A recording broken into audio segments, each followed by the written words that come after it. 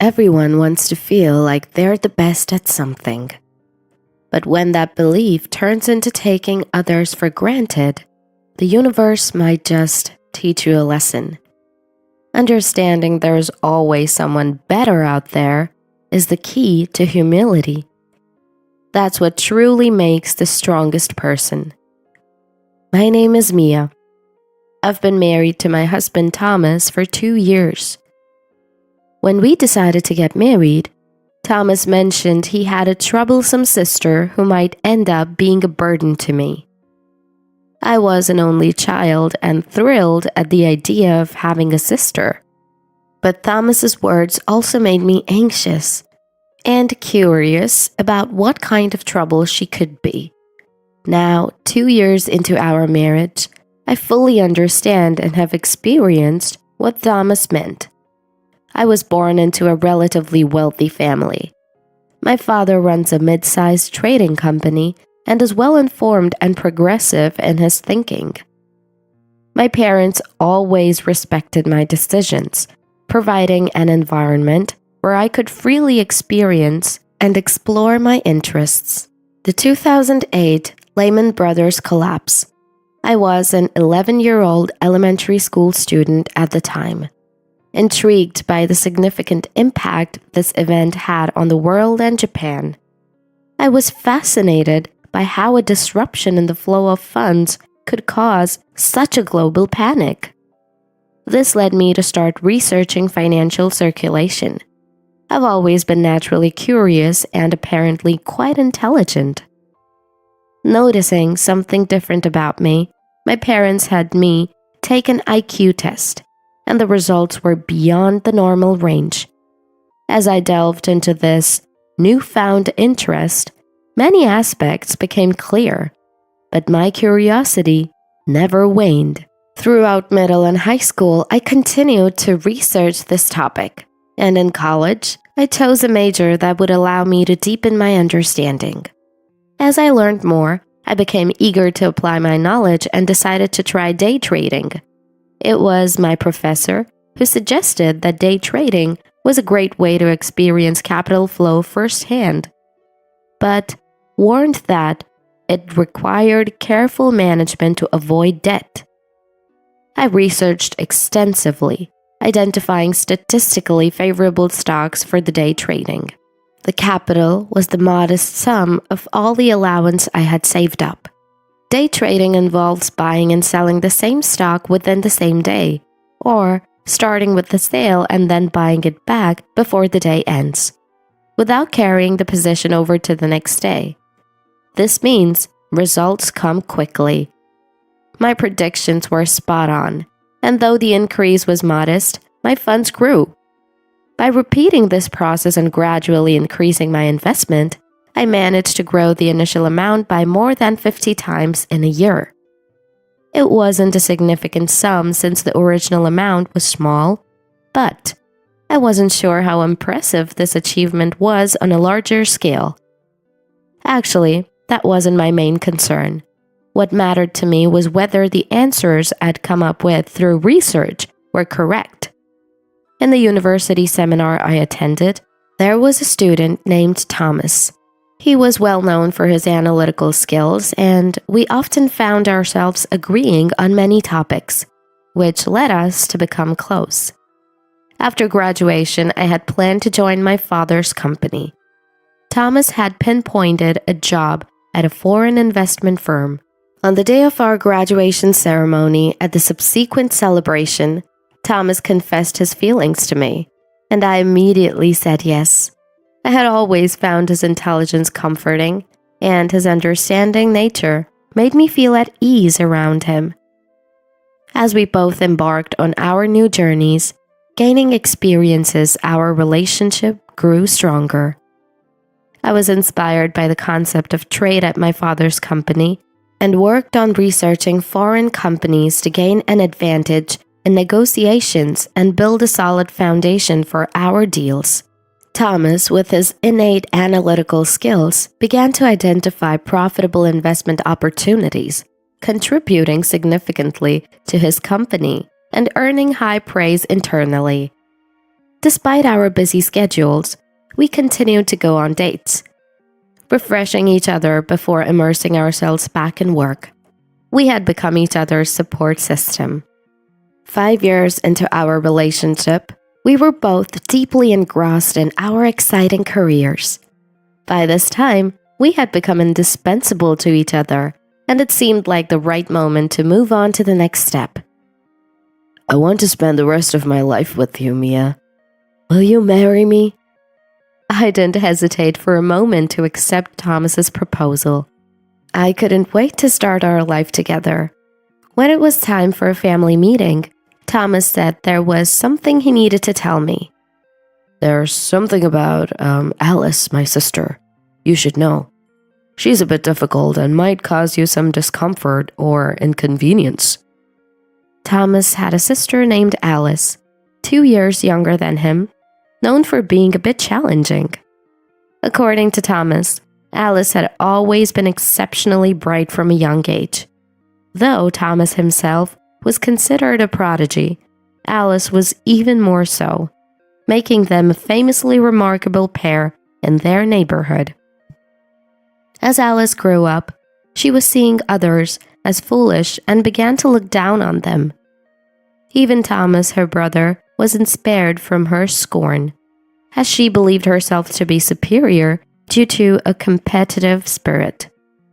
When Thomas enrolled in a top-tier university, Alice chose a different but equally prestigious institution, boasting that hers was actually the better one. She competed with Thomas even in her career, joining a rival investment and consulting firm, claiming to master the art of investment. However, her attitude of always placing herself above others meant she had no close friends. And seemingly without a significant other, she appeared to harbor some insecurities about that, although she never showed it, always putting on a brave face. Her stance was that no man was good enough for her. Thomas was worried that his engagement might wound Alice's pride since she always had to compete with him. He was concerned about how she might react in her attempt to prove herself stronger. I tried to reassure Thomas with a lighthearted, "It's okay," but his worry seemed endless. This made me even more curious about his intense sister. I finally met the infamous Alice at a family meeting. Her sharp, intelligent beauty was unmistakable, though she seemed cold. Whether that was just her nature or my preconceived notions, I wasn't sure. Thomas's parents were kind and humorous, making me feel at ease about getting along with them. Apart from the initial greeting, Alice didn't speak, simply eating her meal while watching me as if assessing me. After the meeting, as everyone was leaving, Alice pulled me aside. "I wondered what kind of person you'd be, but you're nothing special, are you? Just a girl who got a job at her parents' company and is probably slacking off." I was stunned and didn't know how to respond when she continued. "I move large amounts of money and make significant profits. I'm on a completely different level than you. Thomas, settling for someone like you is disappointing. Today's gain is realizing how much you're not up to my standard." Alice left the room after her piece, leaving me there. Thomas came back noticing I hadn't left with Alice. He looked worried and asked if something had happened. I replied with a laugh, saying it was just a minor jab, to which he apologized for Alice's rudeness. "I'm not bothered at all. It didn't hurt, but I wonder what will happen at the wedding the next time we meet." Strangely, I was looking forward to it. That'll be interesting," I said, to which Thomas looked surprised. Our wedding was a grand affair, attended by family, friends, and colleagues from both sides. Thomas and I pledged our eternal love and enjoyed a wonderful time with our guests. But Alice seemed grumpy and irritated right from the start. I had heard from Thomas that Alice had neither friends nor a romantic partner, so I could somewhat guess her feelings. which I found slightly amusing. During a break for a wardrobe change, while I was waiting for the staff to help me dress, Alice came in, seemingly without reason. "This happiness of yours is only for today. A plain woman like you won't get the spotlight after this. You're just going to leech off Thomas's earnings, aren't you?" I can't understand how anyone could be satisfied with that. I, on the other hand, have climbed up on my own. I'm a completely different level.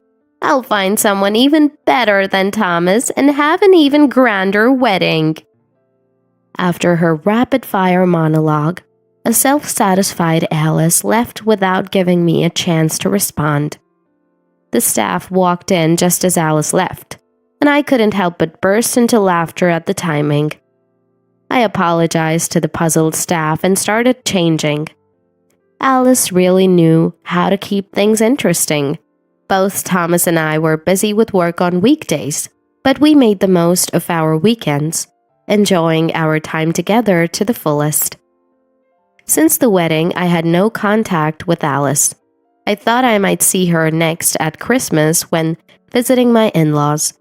But an unexpected connection with Alice arose sooner. My father decided to seek external consulting for asset preservation and expansion at his company. I offered to handle it, but he wanted to bring in outside expertise and choose a particular firm. When I heard the company's name, it felt familiar, but I couldn't place it. I was appointed by my father to negotiate with this consulting firm. At the first meeting, I was shocked to see Alice among the representatives. Then I remembered the company name was familiar because it was Alice's. Alice seemed surprised to see me too, but quickly regained her composure and greeted me. It became an unspoken agreement that we would act as if we were meeting for the first time, keeping our sister-in-law relationship a secret from the other team members. When I told Thomas about it at home, he surprisingly already knew. Alice had called him. "This is ridiculous! I can't work with her!" She was just complaining. He suggested I might want to step away from the project, but I found the situation amusing and laughed it off. I couldn't just indulge my amusement. I had to be professional. I pointed out the flaws and inadequacies in their proposals. My counter-arguments, backed by perfect logical reasoning, unsettled them. Alice tried to fight back with past examples and mathematical evidence, but my counters hit their weak points, leaving them silent. The meeting ended in my favor, with the other team agreeing to come up with a second proposal for the next meeting. After they left and I was relaxing with the coffee, I received a phone call meant for me. Answering the phone, it was Alice. "Today you might have gotten the better of me, but I won't let it end like this.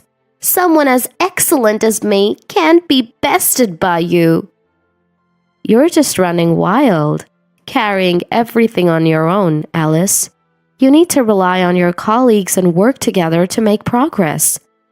"What gives you the right to lecture me? I don't need guidance from someone like you. Just you wait." With that parting shot, she hung up. I burst out laughing with the phone still in my hand, drawing curious glances from a colleague nearby. After that, I took full control of the meetings. The pattern continued, with their team scrambling to respond to my points, often cornered into a defensive position. Alice tried desperately for a comeback, but she always fell a step short, her frustration plainly visible. She was barely keeping her composure as a professional. I'm sure she'd be screaming if she lost control. When I told Thomas about it, he said, "Alice has never been outdone by anyone before. Plus, Mom told me Alice found out that a guy she liked already had a girlfriend, and she got rejected before even confessing. That's probably adding to her irritation." I couldn't help but let out a surprised, "Huh," and stifle my laughter. The consulting project finally came to a successful conclusion. The opposing team leader thanked us, saying they learned a lot, and we all dispersed. As everyone left, Alice and I ended up alone. "I'm not satisfied with how things went. I'll make sure to get the better of you next time. But just so you know, I am more excellent. I even bought a tower mansion at my age. Only someone as outstanding as me could afford a brand new tower mansion." Alice had debuted as an investor, and through her success managed to earn enough to buy a tower mansion. "We'll toast among the elites, looking down on the commoners below. You, as one of those ordinary people, should just look up and despair." Alice left after saying her piece as usual. Thomas confirmed that what Alice said was true. She had indeed found success as an investor and recently bought a tower mansion to live on her own. Alice is undeniably talented, and such an achievement was probably within her reach. Of course, luck played a part, but I genuinely wanted to congratulate her. A few days later, on the weekend, I had some business at a tower mansion. As I stopped at a certain mid-level floor, a door opened, and a resident stepped out. The resident and I locked eyes and both exclaimed in surprise. The person was Alice. "Why are you here if you're not invited to the party? Did you come to clean?" It seemed that today was the day of Alice's celebrity home party she had mentioned. "Not at all. I'm here to deliver something to an acquaintance on this floor." "You have an acquaintance here? And you came down from where?" "Well, my home is on the top floor of this mansion. Naturally, I had to come down." "What are you talking about? You and Thomas live in a single-story house, don't you? How can you have a home here?" "You know, Thomas can't handle heights. That's why our house is single-story. This place is my office and workshop." "Your workshop is on the top floor of a tower mansion? Don't joke like that." "This is mine, so why shouldn't I use the top floor?" "You mean this whole place is yours? Don't be ridiculous." As we argued loudly in the hallway, a voice behind us asked, "Alice? What's going on?" Alice turned and said, "Sorry, Senior." The woman who had spoken and 3 other women looked at us with concern. "Seniors, I apologize for not greeting you downstairs. I was just dealing with, Alice seemed at a loss for words. Then the woman Alice called Senior looked at me, searching her memory, and exclaimed in surprise, "Aren't you?" Confused, Alice asked what was wrong, to which the senior replied, "Don't you know? This is Mrs. Mia, our new external board director starting this month." Alice was speechless at this unexpected revelation, and the senior continued, "Also, she's known as the investment goddess whom Alice admires." Alice clearly couldn't comprehend what was being said. I had started day trading as a student, and as it progressed well, I moved on to more serious investing.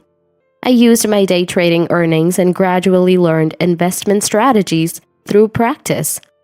My analytical and research skills helped me pinpoint companies with growth potential, and I invested precisely. The funds I managed grew rapidly. My father gave me freedom to use a piece of land he owned in the city center, so I used my accumulated funds to start building a tower mansion. With the trend of mansion investments, I wanted to understand what it was all about. So, this tower mansion is the result of my efforts. Managing a mansion is more challenging than it seems. The income comes from rent, but maintenance costs and taxes are higher than expected. Furthermore, if even a few tenants delay their payments, it can shake the foundation of smooth management. In fact, Alice, despite being a recent tenant, was already at high risk of delayed rent payments. And regarding being called the investment goddess, that seems to be a recent label for me. It was coined due to my extraordinary success in investments, but hearing that Alice admired me was a surprise. Alice was too stunned to keep up with the unfolding situation. That's why my room is on the top floor here. I own a significant share of your company, which made me a board director. Alice was overwhelmed by this unexpected turn of events. Moreover, Alice, while extremely talented, has a poor reputation regarding teamwork and attitude towards colleagues. If she can't improve, she can't continue working in her current role. Alice was already knocked out by the harsh reality, kneeling and collapsed on the floor. Later, Thomas told me that Alice, once a fierce wolf, had become a small dog. It seemed she finally understood there's always someone above her. I never really cared about Alice's antics, knowing we were on different levels. But looking back, I do feel a bit guilty for finding it all so amusing. Reflecting on my previous attitude, I realized I still have a lot to learn. Alice, having stepped back from the limelight, has now reduced income and a string of losses in investment. Her ability to pay rent for the Tower Mansion apartment is increasingly compromised. I'm planning to issue an eviction notice if the rent arrears continue for another 2 months. People's abilities vary, and even similar skills can differ in levels. Alice has become a lesson for me to never underestimate anyone and to treat others with respect. Thomas apologizes for not being more involved in these events, but it's not his responsibility at all. His concern shows his good nature, and I love him all the more for it. My current hope is to start a family with Thomas soon. I can't wait to enjoy life as a family of 3. If Alice changes her mindset and broadens her perspective, she'll surely find friends and a partner soon. One night, I had a dream. A family of 3? No, by the end of next year, you'll be a family of 5. There are triplets in the Cabbage Patch. I woke up sweating, but couldn't help laughing at the prospect.